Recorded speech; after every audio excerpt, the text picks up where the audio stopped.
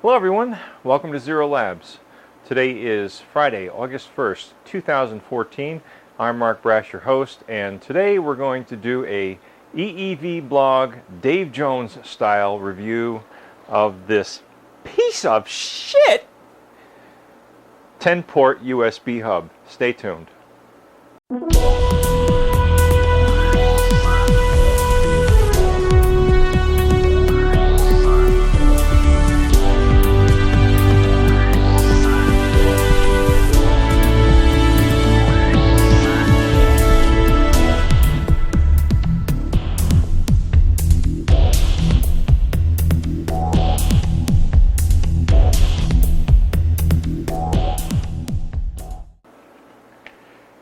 So I've got these little Antminer that I've been purchasing off of eBay for about $20 a piece lately. And what these little gadgets do is they mine cryptocurrency. They mine Bitcoin cryptocurrency, to be specific, or practically any script-based cryptocurrency, but specifically Bitcoin is what it's for. And even at the present value of Bitcoin at about $600 a coin, I'm only paying $20 each for one of these little miners. They'll still take over a year to pay for themselves. But I wanted to get into the game a little bit, so I started buying a few of these little surplus Antminers off of eBay.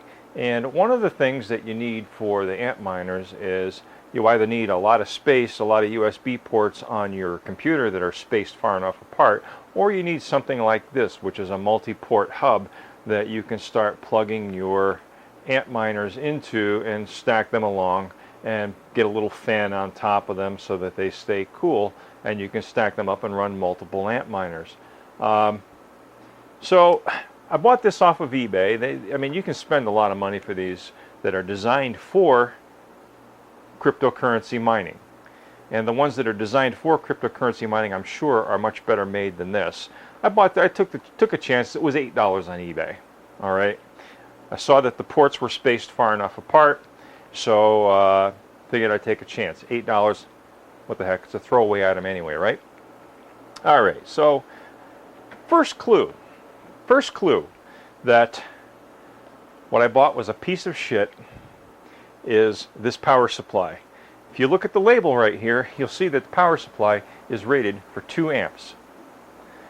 Here's the problem with that. Each port, each USB hub port, should be able to supply 500 milliamps per port. So do a little simple math.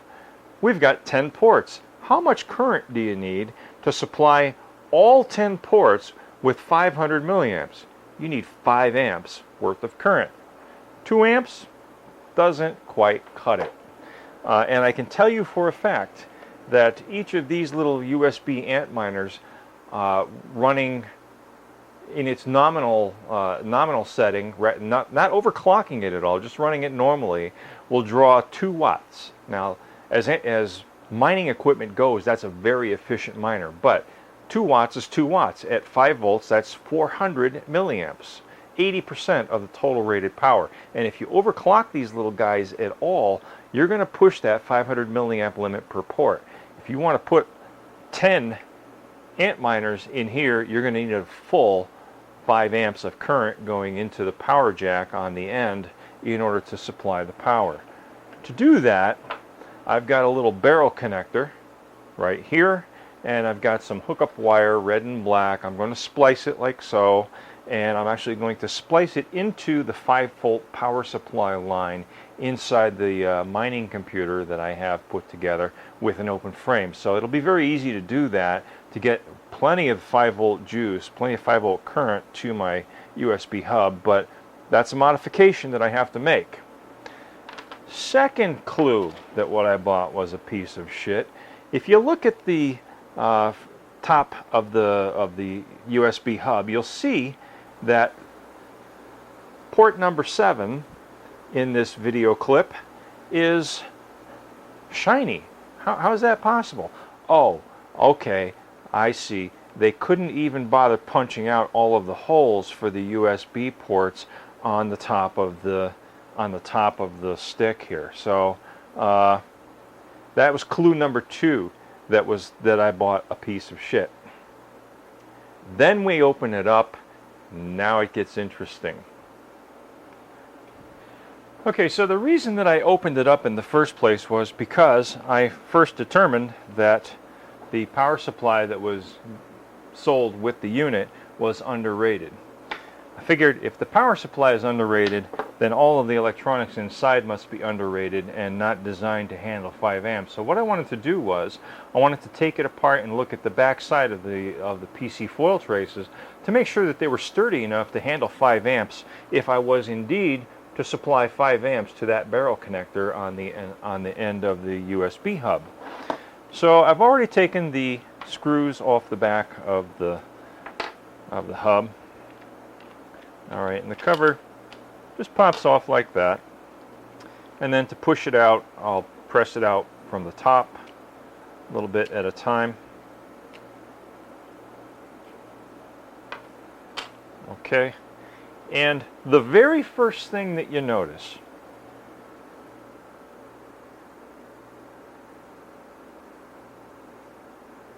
see all of those circular pads that have a half white circle on them? Okay, there are 9 of those pads. Each one of those should have an electrolytic capacitor soldered to it, and it doesn't. Those electrolytic capacitors act as filtering for the 5 volts that comes in to supply the current to all of the USB ports along the length of this USB hub. There was clue number 3 that I bought a piece of shit. Alright, clue number 4. See those LEDs? Those are the LEDs that indicate whether or not the port is active. They probably work, but here's the problem with that. The opening for the LEDs is at the surface with the edge of the USB port. And inside, you can see there's an opening just large enough where the LED should sit. So in reality, these LEDs should be standing up tall enough where the top of the lens would reach almost to the edge of the USB port. And they don't. So you end up having to peep down through the hole and get your alignment correctly so that you can see the LED inside the opening. I'm sure it's probably visible, but just really shitty design. Okay? Now here's the part that really irritates me. The metal casings of all of these USB ports, in order to be anchored to the PC board, should be soldered to the PC board, don't you think? Take a really close look. I hope this will focus. Yep, you can see daylight through every single one of these metal anchors because there's no solder in them. None at all. None at all. Not for the main USB port that comes in, not for the barrel connector. All right, you can see light through that barrel, through the anchors for that barrel connector. Really, really, really shitty workmanship. So here's what I'm going to do tonight. I've already got my Weller soldering iron warming up. I have got a bunch of 4.7 microfarad 25 volt electrolytic capacitors that I will be putting onto the PC board in between each of the USB ports, and I will be applying solder to all of the anchor points for all of the USB ports on the PC board, and maybe I'll end up with a decent quality 10-port USB hub that will supply enough power to run all of my little amp miners. And where did I put it? So let's start with the basics. Let's pop out the window for port number 7. At least now I can put something in that port. Unbelievable. And now we'll do a little soldering.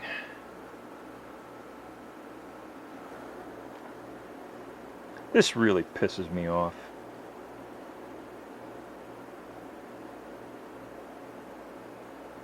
I mean, honestly, here, look at this. Okay? This is the port on the end. Look how that just wobbles because it's not anchored to the PC board. All right, those little tabs, they just sort of flop around. And all of these USB ports would do something similar were it not for at least the 4 electrical connections in the middle that hold it down. This is really pathetic.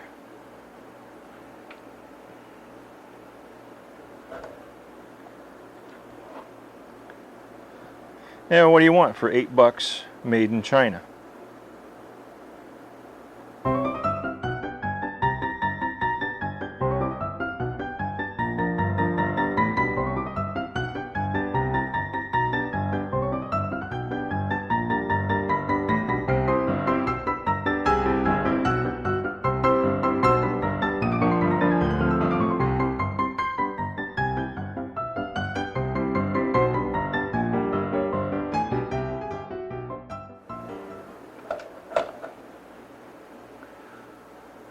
Okay, so here's the PC board now with the USB ports firmly soldered and anchored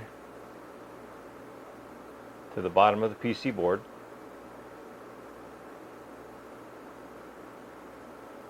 All right, now I'm going to go ahead and I'm going to populate all of these empty slots on the PC board with the capacitors that they were designed to hold.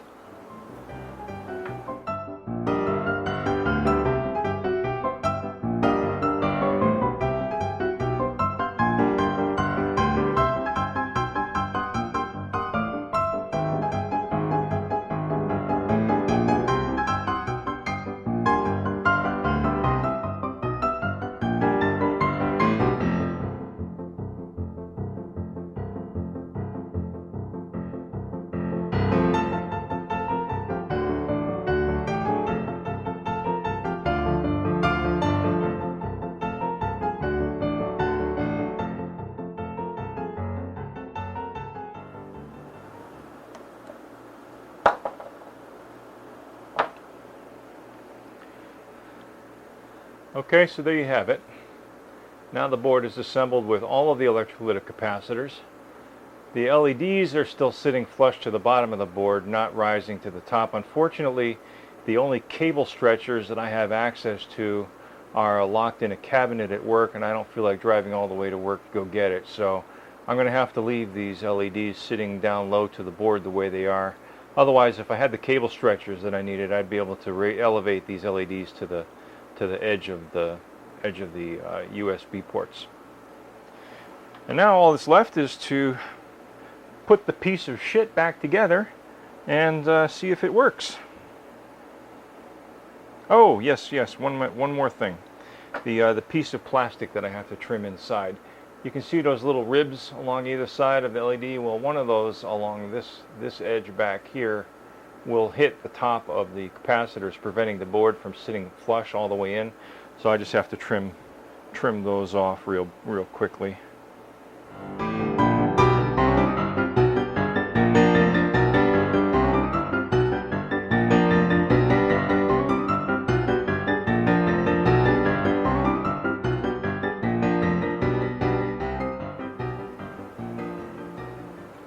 Okay, looks like I managed to get all of the ports to sit properly inside the openings.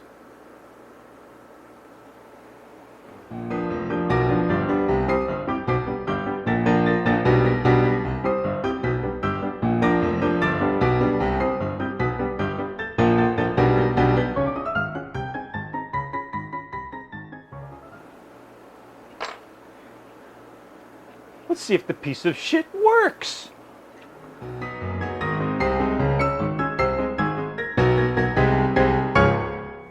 I have a light on. Oh yes, okay.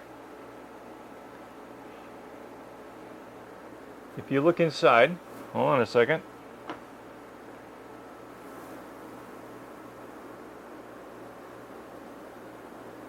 Yeah, you can see it. If you look inside, you can see there's an LED, but if you got the wrong angle, you can't see it anymore. But yeah, that port is active. Okay. And I got the LED on my Antminer. So, looks like a success. The only thing left to do now, as I said earlier, is I'm going to take this little barrel connector right here that I salvaged from a power supply. Get it to focus. There we go. So there's a power barrel connector, pigtail leads, and my red and black speaker wire that I'll be using as an extension. I'm going to splice this into the power supply of my computer, and I should have enough juice to operate the piece of shit 10-port USB hub.